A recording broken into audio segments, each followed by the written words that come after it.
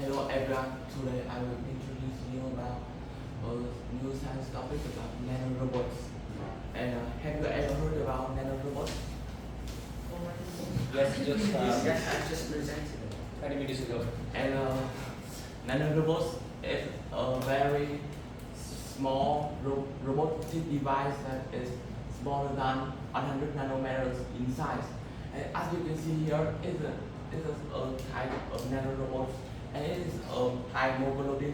And so, you as the scale in the image, you can infer that it is very small. And then in about the nanometer scale, it will assume that the Earth is unmatched, and the marble is a nanometer, and it's very small.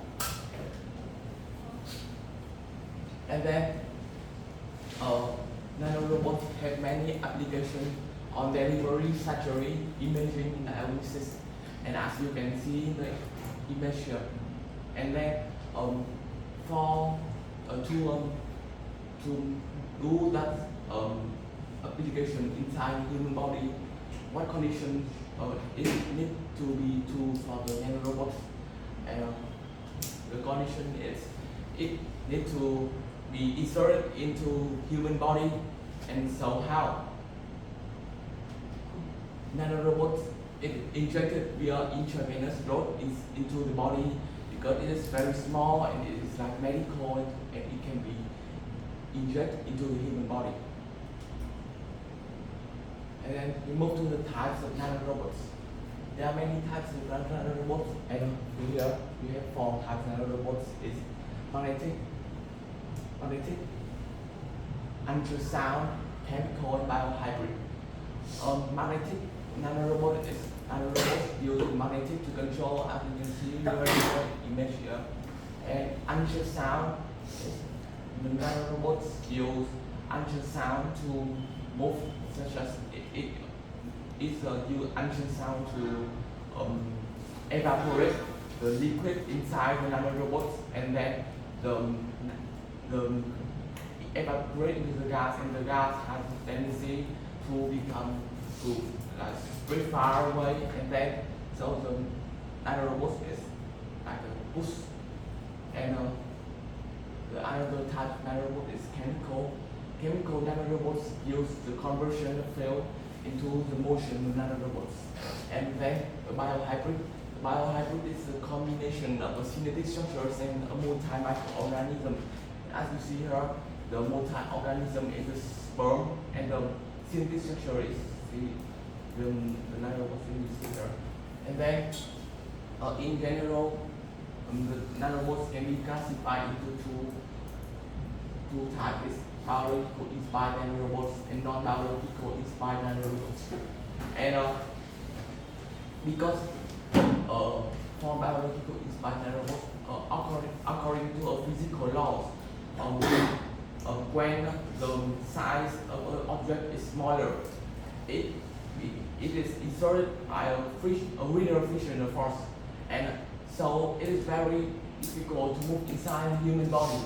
And so the researchers and scientists think that we need to use the multi-microorganism, such as ciliary tail and helical tail, also nano-flexible tail, such as it is multi-microorganisms such as sperm and also some cells. And for non-biologically inspired nanorobots, it is not like realistic today, but in the future, scientists will develop it.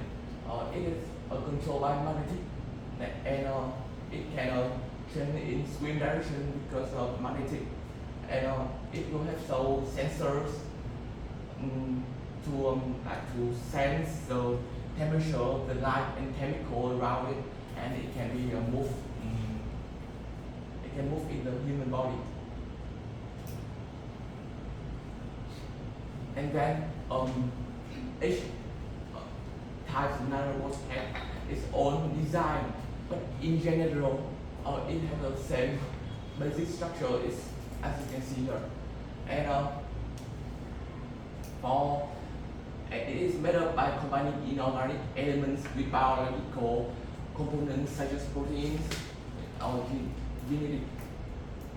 And for the basic structure of nanobots, it have a sensory aperture to sense the environment around, and a propulsion system to move inside the human body, and a directional thrust to choose the direction and to move, and with the delivery system with cargo hold and so-called payload.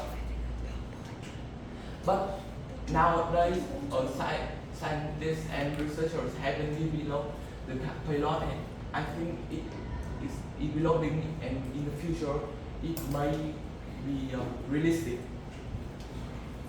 And then you can see here is a magnetic place, and because of the magnetic place, people can control the nanorobots, and I can say it more briefly in the next section.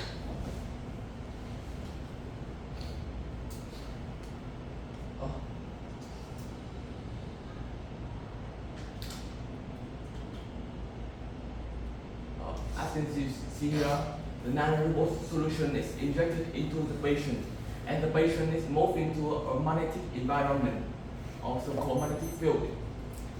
And inside a magnetic field, it has there are many electromagnetic waves.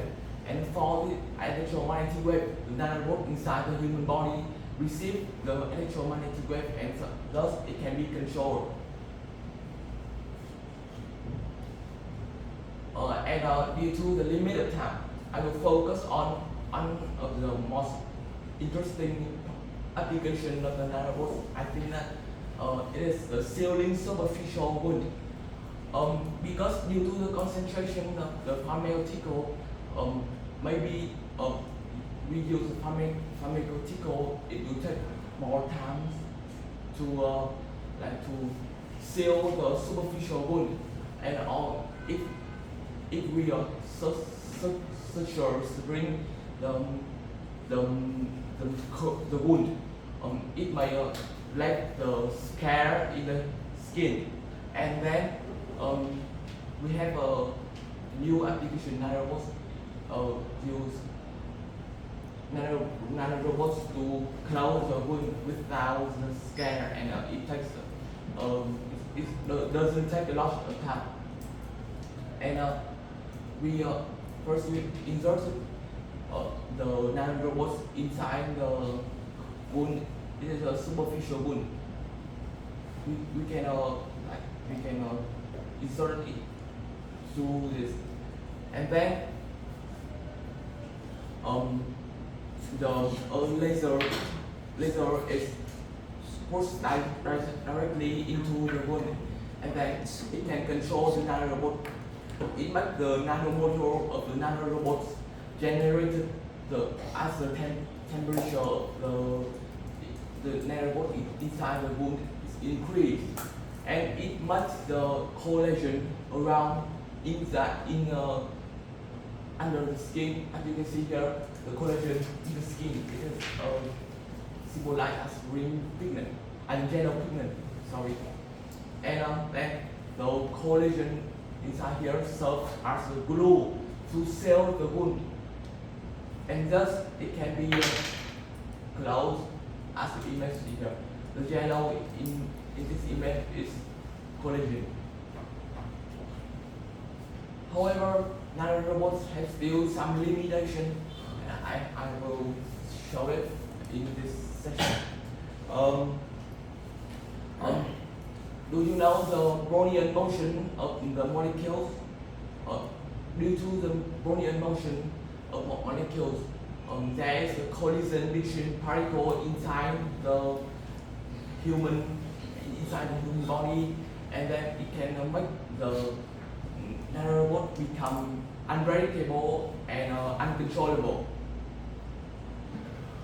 And then that moreover is limitation of nanorobots that our immune system can detect it at the trace like pathogens to be eliminated, and then the nanorobot can be inserted into the human body. And for the future nanorobots, because all nanorobots can hold enough medical treatment to treat a specific disease, so it needs to move as a swarm and if hundreds, thousands, and even millions of them. And so the scientists and researchers have to produce many nanorobots, and for the manufacturing nanorobots is very difficult. But I think it is hopeful, and in the future, scientists will develop successful nanorobots for human body to treat some disease. And thank you for listening. This is some link that I get the information from the presentation. Okay.